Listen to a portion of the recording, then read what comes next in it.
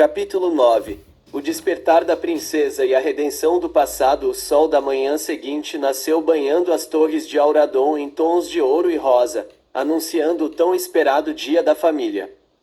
No entanto, nos aposentos privados da princesa Audrey, a atmosfera era de uma calmaria solene, bem diferente da agitação que tomava conta dos jardins do campus. Pela primeira vez em 14 anos, aquele dia não traria a sombra da saudade e da dor para a linhagem de Aurora. Traria a celebração de um milagre. Emily estava sentada diante da imensa penteadeira de jacarandá branco. Seus olhos azuis observavam, ainda com um toque de estranheza, o próprio reflexo no espelho. A rainha Aurora e Audrey moviam-se ao seu redor com sorrisos ternos, ajudando a jovem de 14 anos a se arrumar para a grande festa.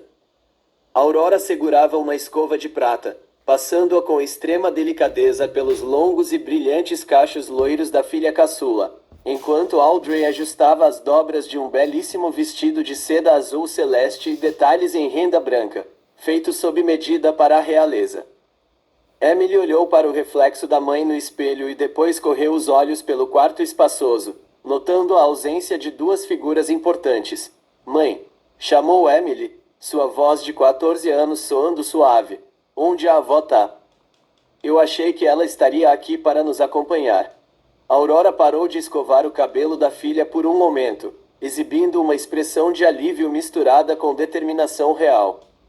Ela depositou um beijo carinhoso no topo da cabeça de Emily antes de responder. "Ela foi destruir a roca de Fiar, minha querida. Depois que você explicou a sua teoria ontem à noite, sua avó não conseguiu dormir.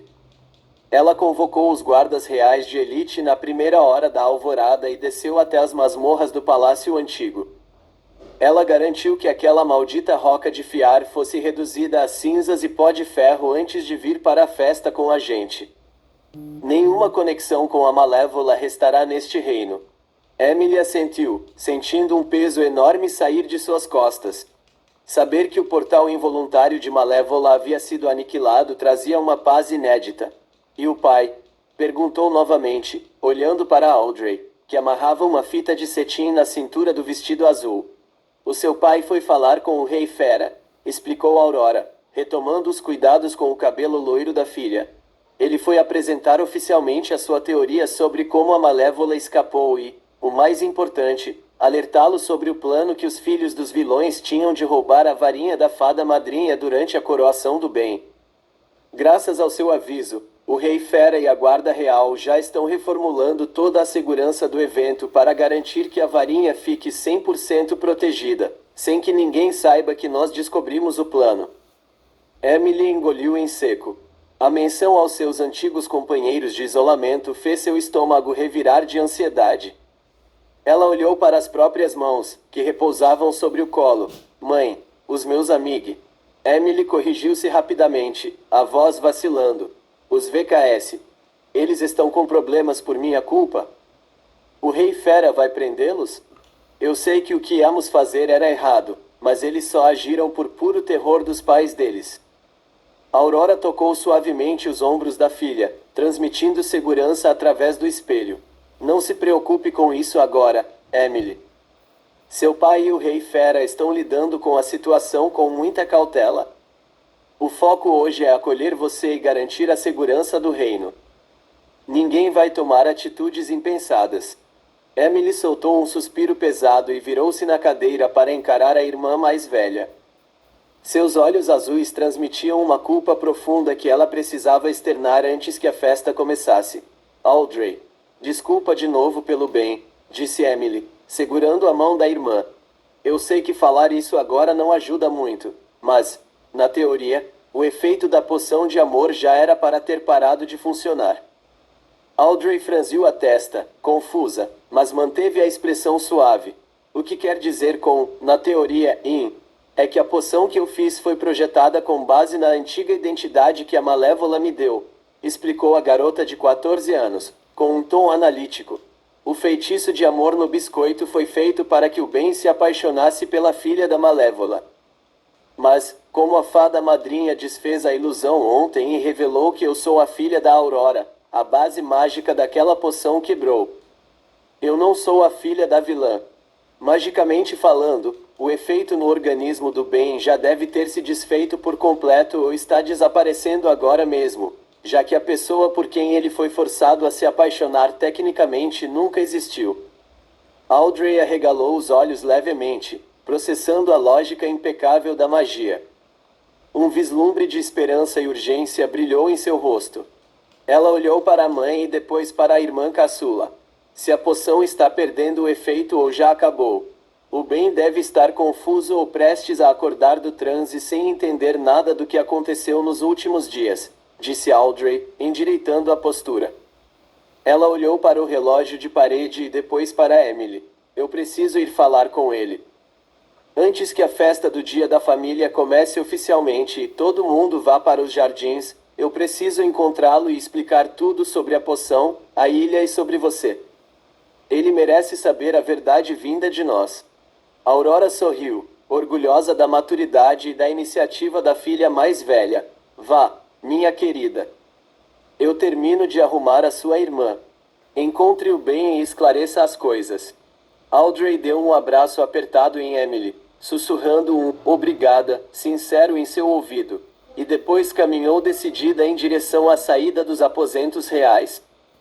Ela cruzou a grande porta e marchou firmemente pelos corredores ensolarados em direção aos dormitórios masculinos, determinada a quebrar o último rastro das mentiras da ilha e trazer o príncipe Ben de volta à realidade antes que o grande evento começasse. Capítulo 10. O Dia da Família e as Máscaras Caídas. Os jardins de Auradon Preparatória pareciam saídos de um conto de fadas pintado à mão.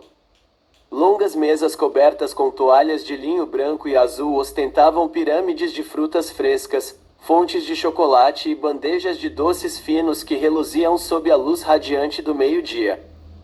Balões dourados flutuavam suavemente ao sabor da brisa, e uma orquestra de cordas tocava uma melodia suave e aristocrática ao fundo.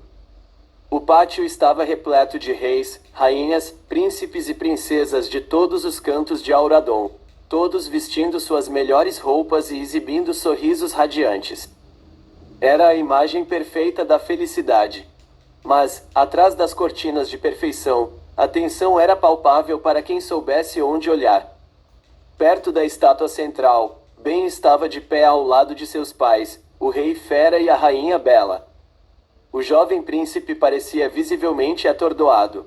Audrey havia conseguido encontrá-lo minutos antes da abertura dos portões, revelando-lhe toda a verdade sobre o feitiço de amor, a verdadeira identidade de Mal e o plano original dos VKS. No momento em que ouviu as palavras de Audrey, algo na mente de Ben pareceu estalar. A névoa mágica que nublava seus pensamentos dissipou-se por completo, deixando em seu lugar uma clareza avassaladora e um misto de alívio e preocupação. Ele não estava apaixonado por uma farsa.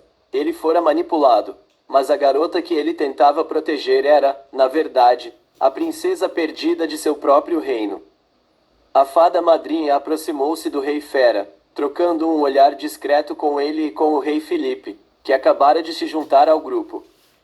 A segurança ao redor do palanque da coroação, que estava montado ao fundo, havia sido triplicada discretamente. Guardas reais disfarçados de civis misturavam-se à multidão, mantendo os olhos atentos a qualquer movimento suspeito. A poucos metros dali, isolados em um canto perto das sebes altas, estavam Evie, G e Carlos. Eles pareciam 3 almas perdidas em um mar de opulência. Sem suas jaquetas de couro pichadas, que haviam sido confiscadas e destruídas pela rainha Lea na noite anterior, eles vestiam roupas formais simples que a escola lhes fornecera, mas o desconforto em suas expressões era evidente. Eles olhavam para todos os lados, procurando pela garota que conheciam como Mal, mas temendo o que aconteceria quando ela aparecesse. Eles sabiam que a farsa havia acabado. De repente, a orquestra interrompeu a melodia suave e executou uma fanfarra real solene. O mestre de cerimônias deu um passo à frente no palanque principal, sua voz ecoando por todo o gramado através da magia de amplificação. Atenção, nobres cidadãos de Auradon. É com imensa honra e com o coração repleto de alegria que a Alta Corte anuncia o retorno mais aguardado de nossa história. 14 anos após o seu trágico desaparecimento, a justiça e a luz triunfaram. Por favor, deem as boas-vindas à sua legítima posição na realeza. A princesa Emily de Auradon, acompanhada por sua mãe, a rainha Aurora, e sua avó, a rainha Leia. Um murmúrio coletivo de puro choque e incredulidade percorreu a multidão. Os convidados entreolharam-se, sussurrando freneticamente. Emily, a princesa perdida, estava viva? Onde ela estivera? Todas as cabeças se voltaram simultaneamente para a grande escadaria de pedra que dava acesso aos jardins do palácio. Descendo os degraus de mármore com passos lentos e graciosos, surgiu a rainha Aurora, radiante em um vestido rosa imperial. Ao seu lado esquerdo, a rainha Leia caminhava com sua habitual postura altiva, os olhos brilhando de orgulho e vitória. Mas foi a figura entre as duas mulheres que paralisou absolutamente todos os presentes nos jardins. Emily caminhava com uma delicadeza que ninguém jamais associaria à antiga líder da Ilha dos Perdidos. O vestido de seda azul celeste flutuava ao redor de suas pernas a cada passo, e os detalhes em renda branca acentuavam a pureza de sua nova imagem. Seus longos e densos cachos loiros brilhavam intensamente sob o sol, caindo em ondas perfeitas pelas suas costas. Seus olhos azuis, embora ligeiramente tímidos diante da multidão de centenas de pessoas, carregavam a dignidade inegável de sua verdadeira linhagem. Ela parecia a personificação da própria Aurora. Evie deu um passo à frente, cobrindo a boca com as duas mãos, as lágrimas inundando instantaneamente seus olhos. Olhem para ela, sussurrou Evie, a voz falhando. Ela está linda. Ela finalmente é quem deveria ser. Jay e Carlos mantiveram-se em silêncio, os olhos arregalados. Ver a garota com quem dividiram os becos da ilha, aquela que sempre usava roxo e exalava perigo, transformada em uma princesa loira e reluzente de 14 anos, era um choque de realidade que eles ainda não sabiam como processar. Audrey e o rei Felipe adiantaram-se para recebê-las na base da escadaria. Felipe estendeu a mão para a filha caçula, conduzindo-a em direção ao centro do gramado. Ben deu alguns passos à frente, seu olhar cruzando com o de Emily. Não havia raiva nos olhos do príncipe. Havia apenas uma profunda empatia e o reconhecimento do sofrimento pelo qual ela passara. No entanto, a perfeição do momento durou pouco. À medida que a família real avançava pelo pátio para cumprimentar os convidados, eles passaram perto da mesa onde a rainha Leia e outros monarcas mais velhos se reuniam. Chad encantado, que estava por perto ao lado de Lone e Jane, observava a transformação com uma expressão que misturava desconfiança e arrogância. Isso é um absurdo. Chad murmurou alto o suficiente para que várias pessoas ao redor ouvissem, quebrando o clima de celebração. Tudo bem, ela é a princesa perdida. Mas ela passou a vida inteira na Ilha dos Perdidos. Ela foi criada pela Malévola. Como podemos saber se ela realmente está limpa daquela maldade? Ela pichou a escola, ela usou magia negra.